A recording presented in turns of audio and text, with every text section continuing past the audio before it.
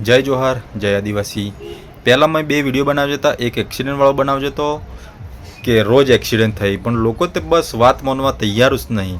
એટલે વાત આપણે કહેલી એટલે કોઈ કંઈ ફાયદો હે જ નહીં, કોઈ ધ્યાન કરતું જ નહીં કે મા બાપનું વિચારી, પણ નહીં વિચારતા, કોઈ વિચારતા ઉપરથી કે તમારે તો હું એવા કાંઈક તમે બોલવાળા આવી જાય, અમારે તો કશું નહીં જતું, પણ તમારા મા બાપનું બી જાય, પણ તમે કોઈ લાગુ પડતું એટલે કંઈ કહેવાથી મતલબ હે જ નહીં, જાણે લાગુ પડે તે સમજે ને। વ્યસનવાળું બી કહેજો તો આજકાલની નાની નાની છોકરીઓ બી સિગરેટ પીએ, મેં જોઈ છે કે ગલ્લા પાછળ રહી રહીને સિગરેટ પીએ ને, પણ બહેનો તમે આપણે વ્યસન નકે કરો। આપણે જે આદિવાસી સમાજ ખોટે રવાડે સડી ગયો હે ને હવે આપણે હું વાત કરવા માંગુ। બીજો આજ ત્રીજો મુદ્દો લઈને આવ્યો હો કે આપણે કુટુંબમાં 4-5 ભાઈઓ હોય તો 4-5 ભાઈઓ હોય પહેલાં કમ્પ્લીટ મા બાપ હોય આપણે કે નાનાથી મોટા કરતા ને આપણે બધું જે જોઈએ એ બધું મળી જતું ને હવે આજકાલ પોતાનો પરિવાર થાય છે, ફેમિલી થાય છે એટલે મા બાપ તે બસ આઈડો હોત એક બાજુ પેલું કાઢી મિલી ને તમારા પરિવારી કે તમારી લાઈફથી જીવે।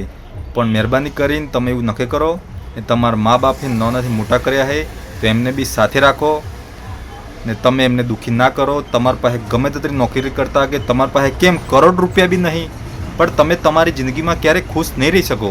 તમે મા બાપની આંખમાંથી આંસુ પાડશો ને કે તમે તમારી લાઈફમાં ક્યારેય ખુશી નહીં, તમારી જે ખુશી છે ને તમારા મા બાપને જો જેટલો ખુશ રાખશો ને તમારી પાસે એટલી સંપત્તિ વધશે ને। જે વાત છે ને તમારે ગમે તે ભાઈઓ હોય ને બધા ભેગા થઈને સંપ રહો, કુટુંબ રહો ને આખું ગામ ભેગું થઈને એક રહો।